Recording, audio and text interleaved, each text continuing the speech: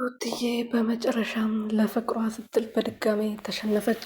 አብርሃምን በጣም አፈቅርሃለሁ፣ የበፊት ፍቅሬ አላለቀም እና የሌላ ሰው ሆነ ማየት አልችልም በማለት እንግዲህ አብርሃምን እያለቀሰች ይቅርታ ብትጠይቀውም ይቅርታ መጠየቅ ያለበት እሱ፣ የበደላት እሱ፣ ልቧን የሰበረው እሱ፣ እየተጫወተባት ህይወቷ ላይ የሄደባት እሱ፣ ግን ይቅርታ የጠየቀችው እሷ ነች። የኔ ፍልቅልቅ ማለት ነው፣ የኔ ድንቡሽ ማለት ነው። ስታለቅሺ ደግሞ እኔ ማየት አልችልም የምር ማለት ነው። እምባዬን ያነቀኝ ማለት ነው። ድራማ እንደሆነ ራሱ እያወቅ እሷ ስታለቅስ ግን አላስቻለኝም ማለት ነው፣ የምር ማለት ነው።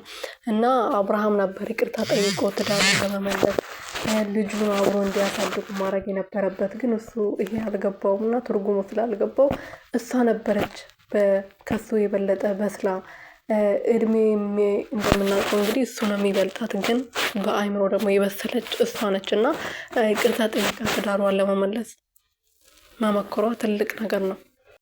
ሰላም ቤተሰቦቼ፣ የኔ ውድ የሆናችሁ ቤተሰብ እንዴት ናችሁ? ደህና ናችሁ ወይ? እኔ ያለው ፈጣሪ የተመሰገነ ሀሳብ በስተቀር ማለት ነው። ሩትዬ እንግዲህ ዛሬ የሚገርም ነገር አድርጋለች። አብርሃምን ይቅርታ ጠይቀዋለች። በጣም አፈቅርሃለሁ፣ እኔ ያላንተ መኖር አልችልም።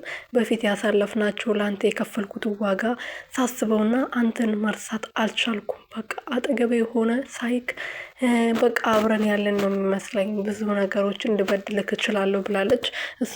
እኛ እንደምናውቀው እንግዲህ ምንም የበደለችው ነገር እየታየን አይደለም። እሱ ነው አራስ ሆና ትተዋት ልጁን በሆዱ ተሸክማ ስትሰቃይ ስታለቅስ የነበረችው። እሷ ምንም አጥፍታለች ብዬ አላስብም፣ ግን እሷ ከሱ በልታ ይቅርታ ጠይቋለች። ግን አብርሃም ዛሬም ልክ እንደተለመደው ልቧ ሰብሮ ነው እንግዲህ እዛው ጥሏት ሄደው። ሩትዬ ግን ያው እኔ ስለተሸፈኩለት እቺ ሩቲ ስለማያውቃት ነው የምትሸነፈው። ሩቲ ስለማያውቃት ነው፣ ግራ ተጋብቶ ነው እና ወደ ራሱ ሲመለስ እንግዲህ በድጋሚ አውራዋለሁ በማለት ነበር ቪዲዮን የጨረሰችው።